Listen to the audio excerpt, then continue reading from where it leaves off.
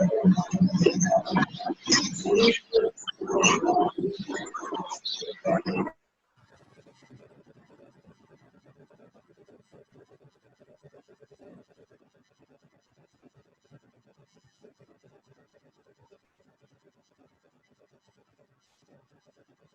लोग अपने cameras on कर लीजिए।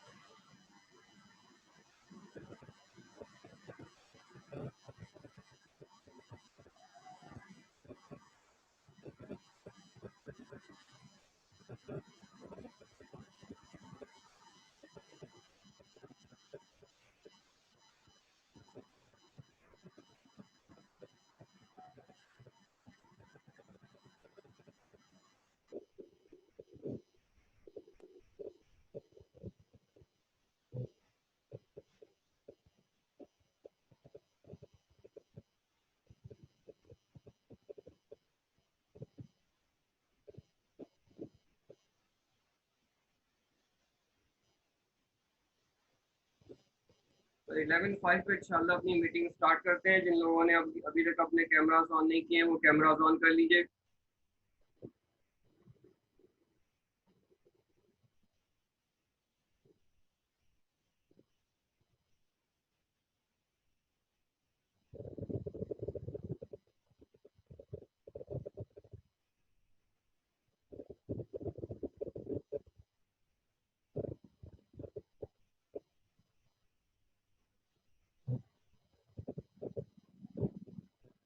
आपको जो प्रेजेंटेशन से हम आपको पढ़ा रहे थे वो इंशाल्लाह पीडीएफ फॉर्म में आपको आज सेंड कर दूंगा, और आपकी जो बुक है वो भी पीडीएफ फॉर्म के अंदर इंशाल्लाह आज आपको व्हाट्सएप ग्रुप के ऊपर सेंड कर दूंगा। आपको एक क्विज भी सेंड किया जाएगा, उस क्विज को आप सॉल्व करके सबमिट करा दीजिएगा।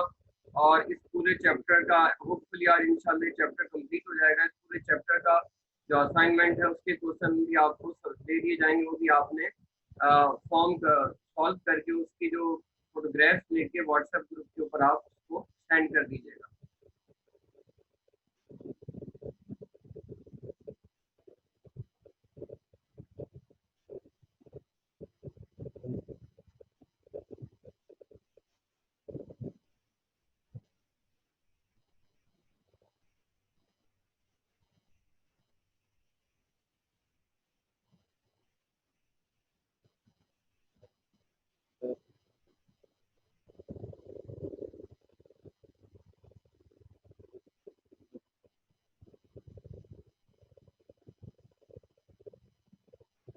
अलीशा मंसूर, अमीमा रजा अपना कैमरा ऑन करें। एहतशाम अपना कैमरा ऑन करें।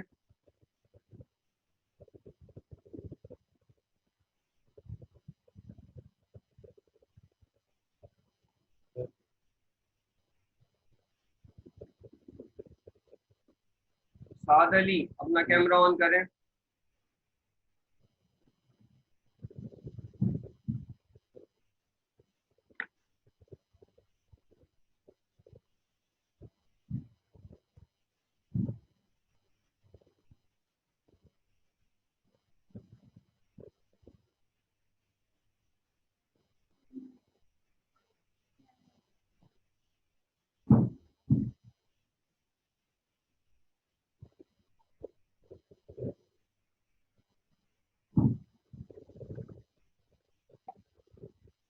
साद अली अपना कैमरा ऑन कर लें।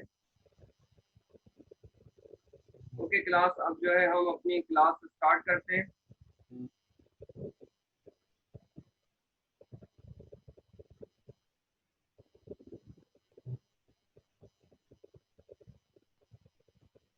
तहरीम अपना कैमरा ऑन करें।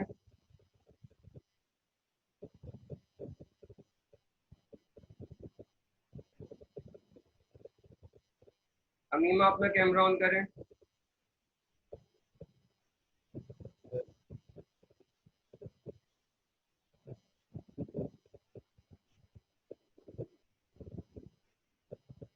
तमीम अपना कैमरा ऑन करें।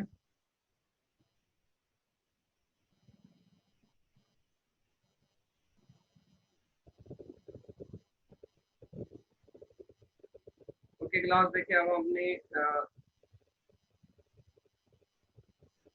पढ़ाई स्टार्ट करते हैं। कल हमने फंक्शनल ग्रुप स्टार्ट किया था, और व्हाट इज फंक्शनल ग्रुप?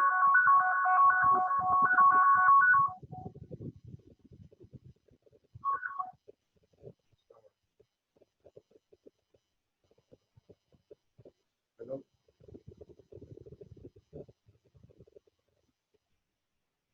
अस्सलाम वालेकुम। जी जी, बताइए। ठीक है ठीक है।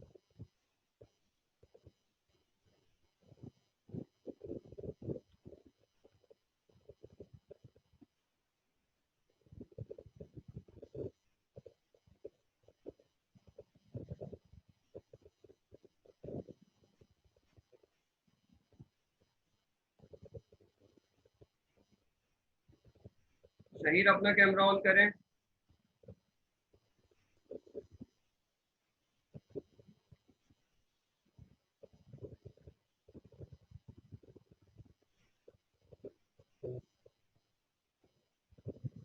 ओके क्लास, हम अपनी क्लास स्टार्ट करते हैं।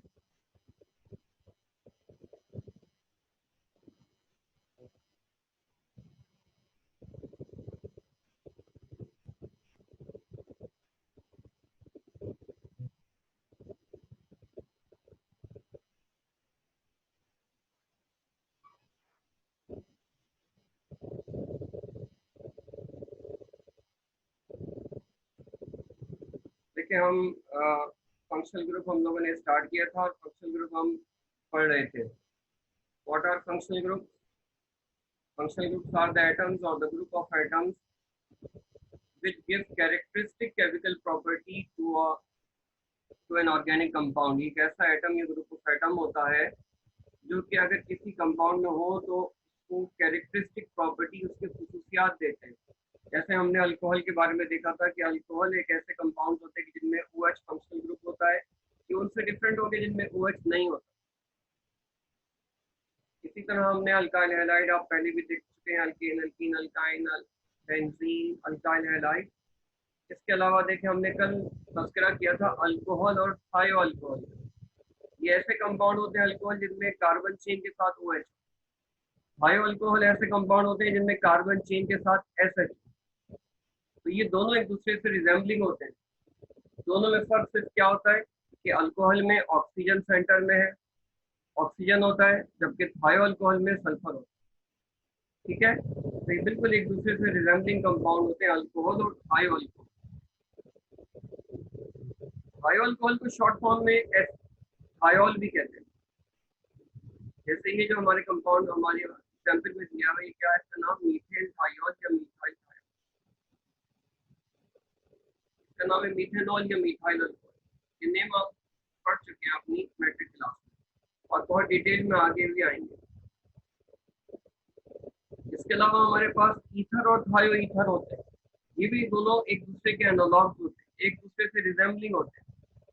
ईथर के अंदर ऑक्सीजन के दोनों तरफ कार्बन चेन होती है, और थायो ईथर के अंदर सल्फर के दोनों तरफ कार्बन चेन होती है। थायो ईथर को हम सल्फाइड्स भी कहते हैं। ये कंपाउंड भी एक दूसरे के एनालॉग्स होते हैं, एक दूसरे से रिजेंबलिंग होते हैं। इसके अलावा हमने अमाइंस कल देखे थे। इसके अलावा साइनाइड्स हमने कल देखे, इनको नाइट्राइल भी कहते हैं। नाइट्रो कंपाउंड हमने देखे, सल्फोक्साइड्स हमने देखे, और सल्फोन। देखिए, सल्फोन ऐसे कंपाउंड होते हैं कि जिनमें सेंटर में सल्फर होता है, दोनों तरफ कार्बन चेन होती है। सल्फर ने थर्ड बॉन्ड ऑक्सीजन से बनाया हुआ होता है, और सल्फर का फोर्थ बॉन्ड भी ऑक्सीजन से बना हुआ होता है। सल्फर ग्रुप 6 से बिलोंग करता है, और ग्रुप 6 से बिलोंग करने वाले डाइवेलेंट होते हैं। लेकिन जब कभी भी वो थर्ड बॉन्ड बनाते हैं तो वो कोऑर्डिनेट कोवेलेंट बॉन्ड होता है, और जब वो फोर्थ बॉन्ड बनाते हैं तो वो भी कोऑर्डिनेट कोवेलेंट बॉन्ड होता है। सल्फर जो कि ग्रुप 6 से बिलोंग करता है, इसके पास दो लोन पेयर होते हैं। जिनके पास दो लोन पेयर हो वो दो को कोऑर्डिनेट कोवेलेंट बॉन्ड बना सकते हैं। यहाँ पे सल्फर अपने 2 लोन पेयर से 2 कोऑर्डिनेट कोवेलेंट बॉन्ड बना रहा है, इसके साथ 2 ऑक्सीजन के साथ। सल्फर डोनर होने की वजह से +2 हो जाता है और 2 ऑक्सीजन एक्सेप्टर होने की वजह से -1 यानी -2 हो जाता है। ओवरऑल ये कंपाउंड न्यूट्रल होता है। यहाँ ऑक्सीजन एक्सेप्टर है -1, ये ऑक्सीजन एक्सेप्टर है, ये भी -1 और सल्फर +2। बहरहाल ये तो बहुत डिटेल हमने आपको बता दी है। आपको याद ये रखना है कि सल्फोन्स ऐसे कंपाउंड्स हैं कि जिसमें सेंटर में सल्फर होगा, सल्फर के राइट लेफ्ट 2 कार्बन चेन होगी, सल्फर की 3rd वैलेंसी और सल्फर की 4th वैलेंसी पर ऑक्सीजन होंगी और ऑक्सीजन दोनों की दोनों नेगेटिव होंगी। ठीक है, दोबारा रिपीट कर दूं। सल्फोन्स ऐसे कंपाउंड्स होंगे जिनमें सेंटर में सल्फर होगा, सल्फर के राइट लेफ्ट 2 कार्बन चेन होंगी, सल्फर की 3rd वैलेंसी और सल्फर की 4th वैलेंसी पर ऑक्सीजन होगी और दोनों ऑक्सीजन -1 होगी। जैसे ही आपके पास एग्जाम्पल है 2 मिथाइल की वजह से डाई मिथाइल सल्फोन, इसको स्टार मार्क कर लीजिएगा, पूरी बुक में ये आपको और कहीं नहीं मिलेगा। इसके बाद देखिए कार्बोनाइल कंपाउंड होते हैं। कार्बोनाइल कंपाउंड ऐसे कंपाउंड होते हैं जिनमें carbon is Dabali bonded with oxygen. अगर किसी ऑर्गेनिक कंपाउंड में कार्बन ऑक्सीजन से डबली बॉन्डेड हो तो वो कार्बोनाइल कंपाउंड कहलाता है। कार्बोनाइल कंपाउंड्स की अगर हम एग्जांपल देखें तो एल्डिहाइड आता है। Carbon doubly bonded with oxygen and on its one side there is hydrogen. देखिए ये कहलाते हैं एल्डिहाइड। एल्डिहाइड में सी डबल बॉन्ड ओ और एच ये कंपलसरी होता है।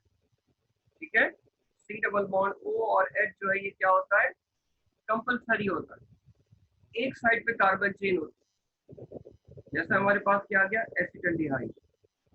इसकी सिर्फ एक एग्जांपल ऐसी आती है जिसमें किसी एक साइड पर भी कार्बन चेन नहीं होती। ठीक है, फॉर एग्जांपल हमारे पास आता है फॉर्मल्डिहाइड। फॉर्मल्डिहाइड जो है ये आप लोग पहले देख चुके होंगे।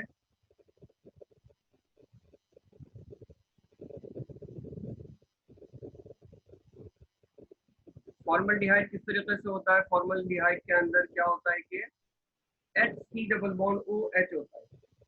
ठीक है, फॉर्मल्डिहाइड इंशाल्लाह हम चैप्टर 19 के अंदर देखेंगे डिटेल के अंदर। बहरहाल ऐसे कार्बोनाइल कंपाउंड जिसमें कार्बन डबली बॉन्डेड हो ऑक्सीजन के साथ और एक वैलेंसी पर हाइड्रोजन हो वो कहलाते हैं एल्डिहाइड। और ऐसे कार्बोनाइल कंपाउंड जिसमें carbon doubly bonded with oxygen हो और बोथ साइड पे कार्बन चेन आ जाए उनको हम कहते हैं कीटोन। ठीक है, what is common to both, aldehyde और कीटोन में क्या कॉमन है, C double bond O is common to both. दोनों में डिफरेंस क्या है, एल्डिहाइड में सिर्फ एक साइड पे कार्बन चेन होगी, दूसरी साइड पर कंपलसरी एच होगा। कीटोन में दोनों साइड के ऊपर कार्बन चेन होगा। एसिटल्डिहाइड और डाइमिथाइल कीटोन या एसीटोन ये एग्जांपल आप पहले भी देख चुके हैं। ठीक है, ये 2 मिथाइल की वजह से इसका नाम बना dimethyl ketone.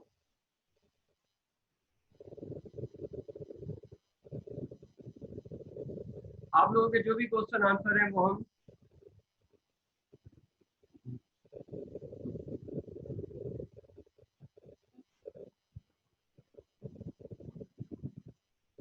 End of the session के ऊपर हम आप लोगों के क्वेश्चन आंसर लेंगे।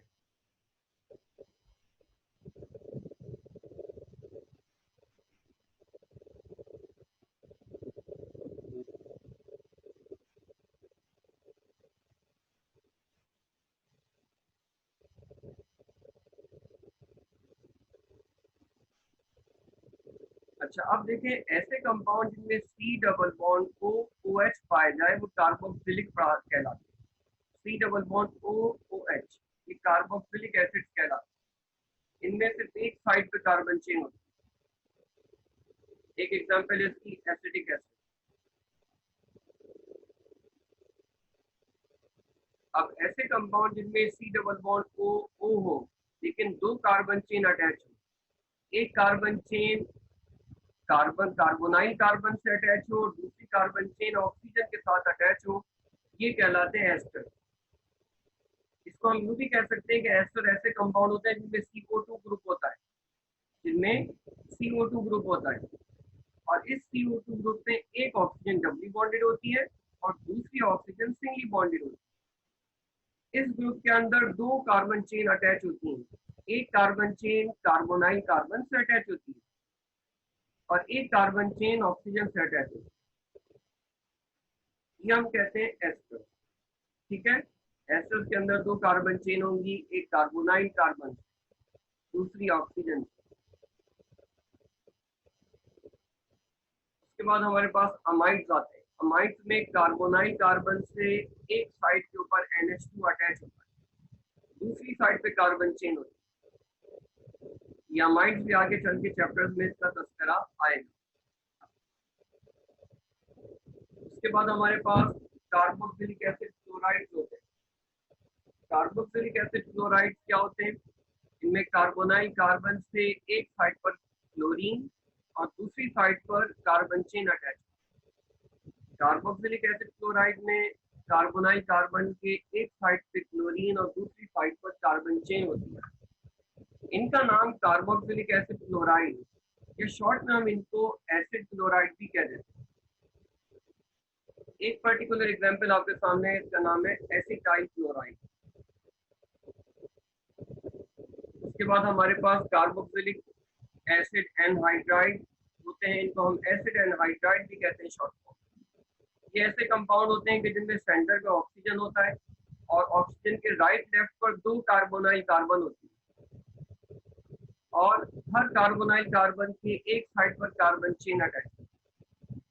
तो बार रिपीट कर रहा हूँ, एसिड एनहाइड्राइड ऐसे कंपाउंड्स होते हैं जिनमें सेंटर में ऑक्सीजन होगी, ऑक्सीजन के राइट और लेफ्ट दो कार्बोनाइल कार्बन होंगी और हर कार्बोनाइल कार्बन के साथ एक कार्बन चेन अटैच। इनको हम कहते हैं कार्बोक्सिलिक एसिड एनहाइड्राइड। ये भी आगे चल के चैप्टर नंबर 20 में इसका तस्करा आएगा। अब देखिए, इसके बाद हम आते हैं होमोलोगस सीरीज पर। होमोलोगस सीरीज क्या है? Homologous series is a series of organic compound. Homologous series is also known as a family of organic compound. एक ऐसी फैमिली ऑफ ऑर्गेनिक कंपाउंड जिसके अंदर फंक्शनल ग्रुप सेम हो, वो एक होमोलोगस सीरीज कहलाएगी। ऑर्गेनिक कंपाउंड्स की एक ऐसी सीरीज, एक ऐसी फैमिली जिन सब के अंदर फंक्शनल ग्रुप सेम हो, सारे के सारे होमोलोगस सीरीज कहलाएंगे। अब देखें होमोलोगस सीरीज की हम एग्जांपल आपको लेते हैं। सबसे पहले जब हम आपको होमोलोगस सीरीज की एग्जांपल लेते हैं वो है अल्कोहल फैमिली। अब जो अल्कोहल फैमिली है, ये अल्कोहल की होमोलोगस सीरीज है। इसको जनरल फॉर्मूला होता है ROH। हर होमोलोगस सीरीज का एक जनरल फॉर्मूला होता है, जैसे अल्कोहल की फैमिली का फॉर्मूला है ROH। और अगर इसको मजीद डिटेल में जाए तो इनका जनरल फॉर्मूला होता है CnH2n+1OH। CnH2n+1OH, यानी ये एक ऐसी फैमिली है इसके कोई सा भी मेंबर आप उठा लें, इसमें क्या होगा कि जितनी कार्बन होंगी हाइड्रोजन उसकी डबल से एक ज्यादा होगी। कार्बन जितनी होगी हाइड्रोजन उसके डबल से एक ज्यादा होगी और एक OH भी उनमें लगा होगा। अब इसकी एग्जांपल देखते हैं। अल्कोहल फैमिली का ये फर्स्ट मेंबर है, इसके अंदर एक कार्बन है, मिथाइल अल्कोहल। इसके बाद देखें अल्कोहल फैमिली का दूसरा मेंबर, इसमें दो कार्बन है। इसके बाद देखें अल्कोहल फैमिली का थर्ड मेंबर, जिसके अंदर तीन कार्बन। ये हमारे पास ऐसे कंपाउंड। और अगर हम देखें तो ये हमारे पास अल्कोहल फैमिली का फोर्थ मेंबर है, जिसके अंदर फोर कार्बन। तो ये सारे के सारे ऐसे कंपाउंड्स हैं जिनके अंदर फंक्शनल ग्रुप सेम है, फंक्शनल ग्रुप OH है। तो ये सारे के सारे क्या कहलाएंगे? होमोलोगस सीरीज कहलाएंगे, because of having the same functional group. इसके अलावा होमोलोगस सीरीज की एक और पहचान क्या है? होमोलोगस सीरीज की एक पहचान ये है कि इनके जो कंसेक्टिव मेंबर होते हैं उनमें एक कार्बन, वन कार्बन और टू हाइड्रोजन का डिफरेंस होता है। Every consecutive member of a homologous series differ by a CH2. Every consecutive member of a homologous series differ by a CH2. जैसे ये अल्कोहल फैमिली का फर्स्ट मेंबर है और ये अल्कोहल फैमिली का सेकंड मेंबर है। इन दोनों में अगर आप गौर करें तो CH3 कॉमन है और OH कॉमन है, सिर्फ एक CH2 का इंक्रीमेंट है। तो ये जो दो कंसेक्टिव मेंबर है इनके आपस में एक कार्बन और 2 हाइड्रोजन पर वेरी करते हैं। अब इसी तरह अगर हम थर्ड मेंबर को देखें तो सेकंड मेंबर और थर्ड मेंबर में क्या डिफरेंस है। सेकंड मेंबर और थर्ड मेंबर के अंदर अगर आप गौर करें तो एक कार्बन इसमें ज्यादा है और 2 हाइड्रोजन इसमें ज्यादा है। ये क्या कहलाएगा, homologous series, they are varying in CH2। अब इसी तरह बिल्कुल अगर हम फोर्थ और थर्ड मेंबर के अंदर देखें तो फोर्थ और थर्ड मेंबर में OH कॉमन है, ये CH3 दोनों में है, फिर ये CH2 दोनों में है, फिर ये CH2 भी दोनों में है, ये एक CH2 ज्यादा है। Every consecutive member of a homologous series is varying by a CH2। ये हमारे पास homologous series की पहचान होती है। क्या चीजें आ गई, one thing that is common, एक चीज जो कॉमन होगी वो क्या होगी, functional group will be common. और जो चीज वेरी करेगी वो क्या वेरी करेगी, every consecutive member will vary by a CH2। Every consecutive member will vary by a CH2। देखिए जनरल कैरेक्टरिस्टिक क्या होती हैं, इन सब के अंदर एलिमेंट सेम होते हैं, फंक्शनल ग्रुप सेम होते हैं। इन सब का एक जनरल फॉर्मूला होता है, हर फैमिली का एक जनरल फॉर्मूला होता है। अब ये बहुत वेल नोन एग्जांपल है कि अल्केन का जनरल फॉर्मूला CnH2n+2, अल्कीन का जनरल फॉर्मूला CnH2n और अल्काइन का CnH2n-2 होता है। हर फैमिली ऑफ ऑर्गेनिक कंपाउंड, हर होमोलोगस सीरीज का एक जनरल फॉर्मूला होता है, ठीक है। अल्केन फैमिली का ये जनरल फॉर्मूला, अल्कीन फैमिली का जनरल फॉर्मूला ये है और अल्काइन फैमिली का जनरल फॉर्मूला ये है। अब इसके बाद देखें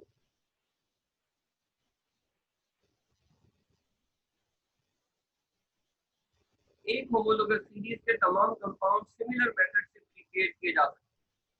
यानी मुझे मिथाइल अल्कोहल बनाना हो या इथाइल अल्कोहल बनाना हो या मुझे प्रोपाइल अल्कोहल बनाना हो, एक ही फैमिली के मेंबर्स हैं, सेम मेथड होगा। इनकी प्रॉपर्टीज, केमिकल प्रॉपर्टीज भी सेम होती है। इनकी फिजिकल प्रॉपर्टीज ग्रेजुअली वेरी करती है मॉलिक्यूलर वेट के साथ। फिजिकल प्रॉपर्टीज मॉलिक्यूलर वेट के ऊपर डिपेंड करती हैं। जैसे जैसे हायर मेंबर होगा उसका मॉलिक्यूलर वेट ज्यादा होगा। जैसे एक कार्बन वाला अल्कोहल, उसके बाद 2 कार्बन वाला अल्कोहल, 2 कार्बन वाले अल्कोहल का मॉलिक्यूलर वेट ज्यादा है, 3 कार्बन वाले अल्कोहल का मॉलिक्यूलर वेट और भी ज्यादा हो। जैसे जैसे मॉलिक्यूलर वेट बढ़ेगा वैसे वैसे केमिकल फिजिकल प्रॉपर्टीज वेरी करेंगी। आमतौर पर जब मॉलिक्यूलर वेट लो होता है तो वो चीजें गैसेज होती हैं जिनके बॉइलिंग पॉइंट बहुत लो होते हैं। जैसे जैसे मॉलिक्यूलर वेट हैवी होता चला जाता है चीजें गैस में नहीं रह पाती, फिर वो लिक्विड हो जाती है, इनका बॉइलिंग पॉइंट हाई हो जाता है। और भी ज्यादा मॉलिक्यूलर वेट हो जाएगा तो फिर चीजें लिक्विड भी नहीं होती, फिर वो हायर मॉलिक्यूलर वेट वाली चीजें सॉलिड्स होती हैं और उनके मेल्टिंग बॉइलिंग पॉइंट और भी ज्यादा हाई होते हैं। तो किसी भी फैमिली के अंदर जैसे जैसे मॉलिक्यूलर वेट बढ़ेगा उनकी फिजिकल प्रॉपर्टीज वेरी करेंगी।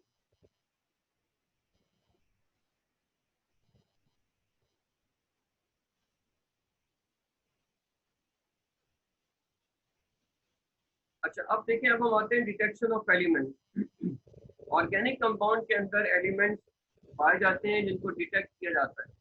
अब आप कहेंगे क्या एलिमेंट्स तो हर कंपाउंड के अंदर पाए जाते हैं, कोई ऐसा कंपाउंड नहीं है कि जिसके अंदर एलिमेंट्स ना पाए जाते हो। देखिए जो इनऑर्गेनिक कंपाउंड है उनके अंदर एलिमेंट डिटेक्शन ही एक ऐसा टॉपिक है कि जो हम आपको प्रैक्टिकली लैब्स के अंदर कराते हैं। वो भी एक डेफिनेटली टॉपिक है, उसको भी हम देखते हैं और उसको प्रैक्टिकली करते भी हैं। लेकिन जो ऑर्गेनिक कंपाउंड्स हैं इनके अंदर जो एलिमेंट डिटेक्शन है वो थोड़ी लिमिटेड है। इनऑर्गेनिक कंपाउंड के अंदर एलिमेंट डिटेक्शन कितने होंगे, ऑर्गेनिक कंपाउंड के अंदर नेचुरली अकरिंग एलिमेंट जिनसे सारी दुनिया बनी है वो 92 है। कोई भी प्रेजेंट हो सकता है। वहाँ इनऑर्गेनिक केमिस्ट्री के अंदर एलिमेंट डिटेक्शन एक बहुत डिटेल टॉपिक, लकीली कह रहे हैं या कुछ भी कह लें कि ऑर्गेनिक कंपाउंड के अंदर एलिमेंट्स इतने ज्यादा नहीं।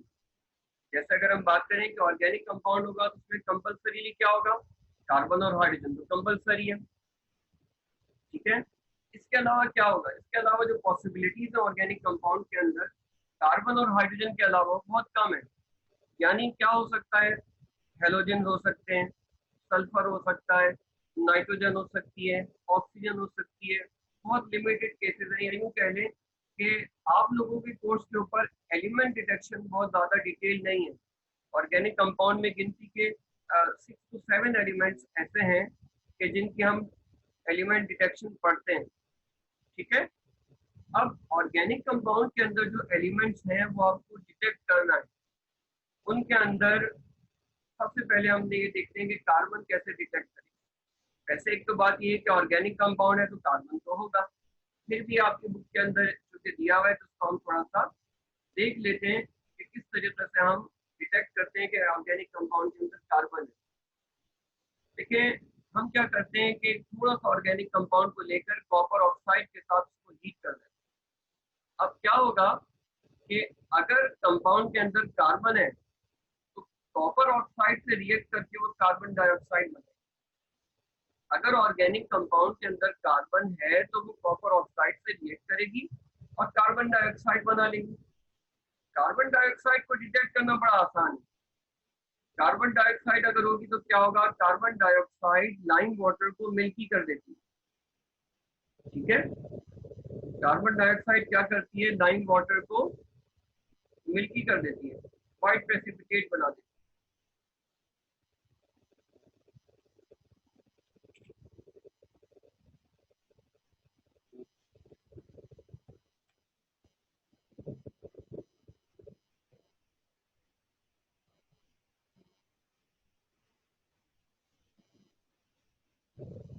तो अगर तो ऑर्गेनिक कंपाउंड के अंदर कार्बन होगी तो कॉपर ऑक्साइड से रिएक्ट करके कार्बन डाइऑक्साइड बनेगी और कार्बन डाइऑक्साइड क्या करेगी, लाइम वाटर को मिल्की कर देगी।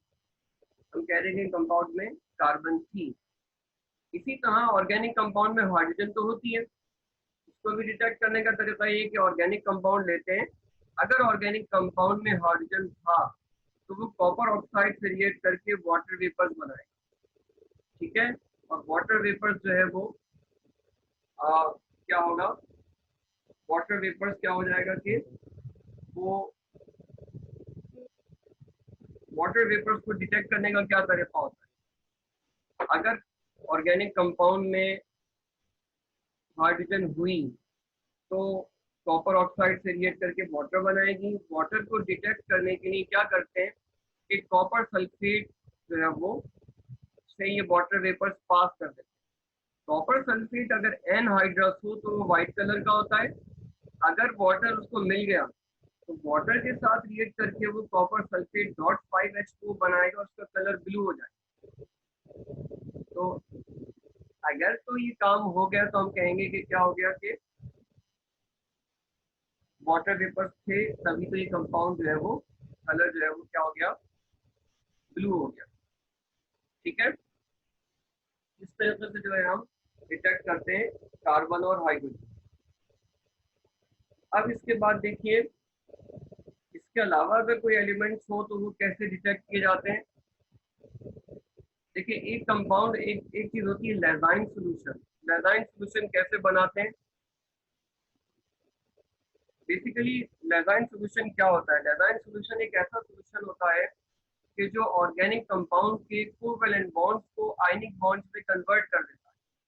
और आयनिक बॉन्ड्स को डिटेक्ट करना आसान है।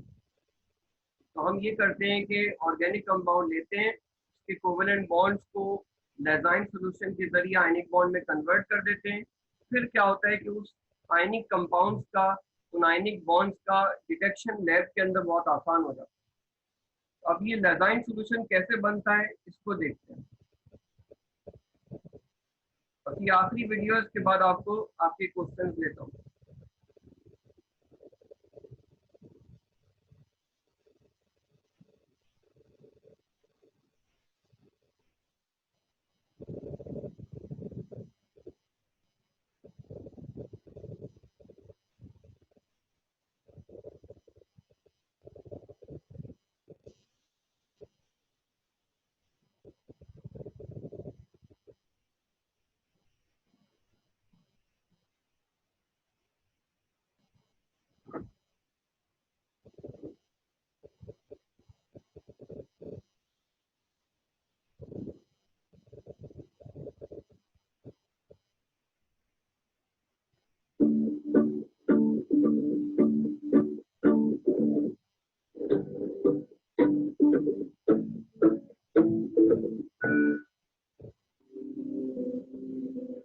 Formation of Lassane's extract. In organic compounds, the elements such as carbon, hydrogen, and oxygen are assumed to be present. Elements other than these may also be present in organic compounds. These extra elements are usually detected by a general test known as Lassane's test or the sodium fusion test. In this test, the organic compound is fused with sodium metal. Any halogens, nitrogen, and sulfur will be converted into inorganic sodium salts such as sodium halide, sodium cyanide, and sodium sulfide. The ionic compounds formed during fusion are extracted in ionic solution, and the extract is called sodium fusion extract or Lassane's extract. Our aim here is to prepare the Lassane's extract of the given organic compound. Materials required: sodium metal, distilled water, organic compound, forceps, fusion tubes, test tube, tongs, dropper, china dish, funnel, filter paper, wire gauze, tripod stand, and Bunsen burner.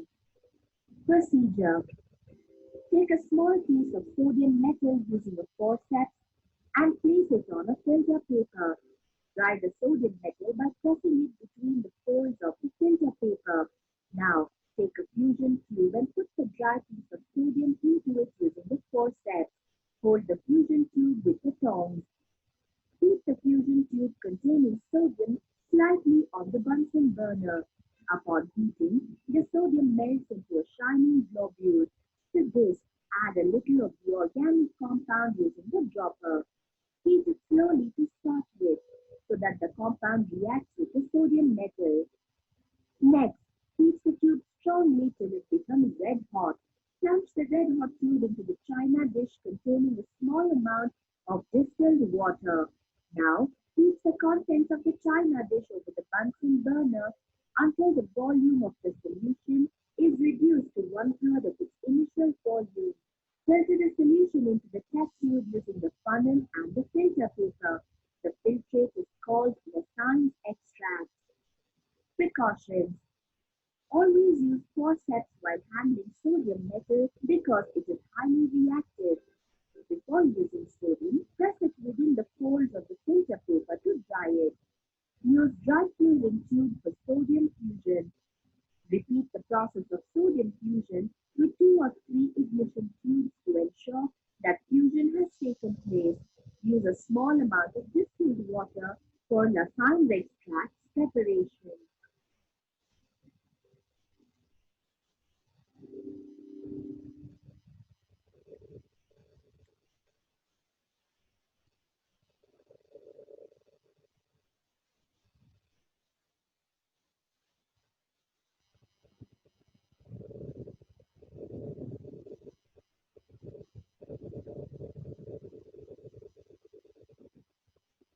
जी अब देखें, मैं अब आपकी attendance ले रहा हूँ।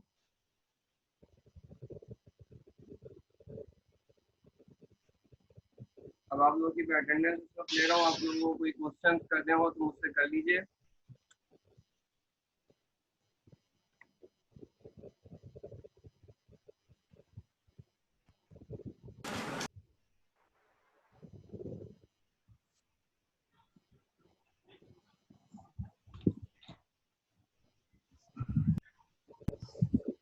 जी, is there any question?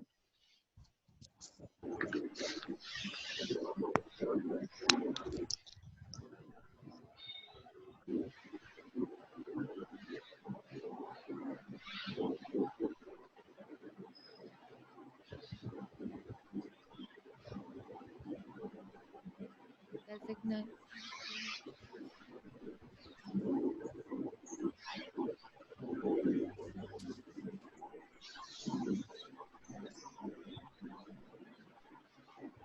Sir ji बोले।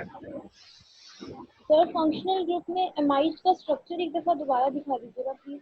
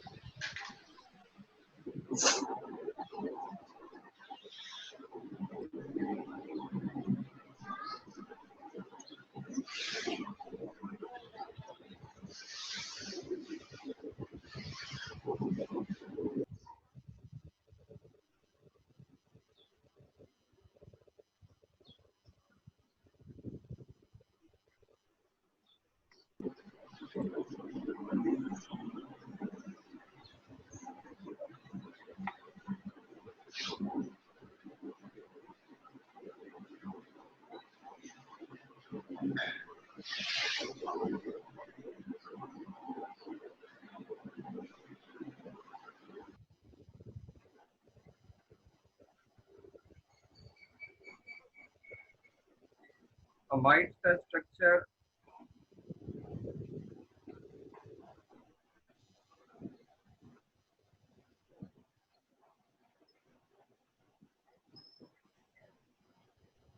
देखिए, ये अमाइड्स का स्ट्रक्चर है, में कार्बोनाइल कार्बन के एक तरफ NH2 लगा हुआ है और दूसरी तरफ कार्बन चेन।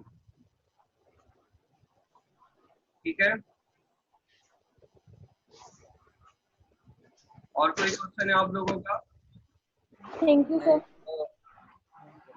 आप लोगों जी देखें, स्टिल हमारे पास 2.5 मिनट्स हैं। आप लोग कोई क्वेश्चन करना है तो कर सकते हैं। सर देखें, ये अहमद रियाज जो है ना, ये अहमद रियाज प्लीज अपना ID नंबर मुझे बताएं। इसलिए कि अहमद रियाज मेरे पास नॉमिनल रोल में अमीमा रजा तो है, अहमद रियाज कोई आ नहीं रहा है। अपना अहमद रियाज प्लीज अपना जो है मेरा नंबर आप ले लीजिएगा ग्रुप से, और अपने कितने दिन आप प्रेजेंट रही हैं ये मुझे बताइए, और अपना ID नंबर भी बताइए।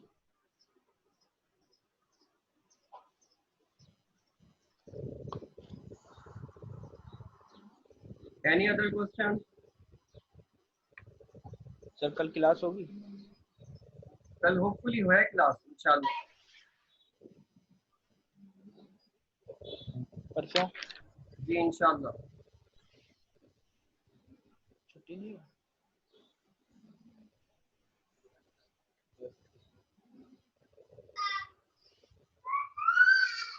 और उस्मान और उमर को मैंने मैसेज किया था कि उमर अब्बासी, उमर तनवीर किसने कल क्लास अटेंड की। जो लोग सिमिलर नेम वाले हैं वो अपना जरूर जो है वो ID नंबर के साथ लॉगिन हुआ। ठीक है, आई एंड मीटिंग नाउ। अस्सलाम वालेकुम।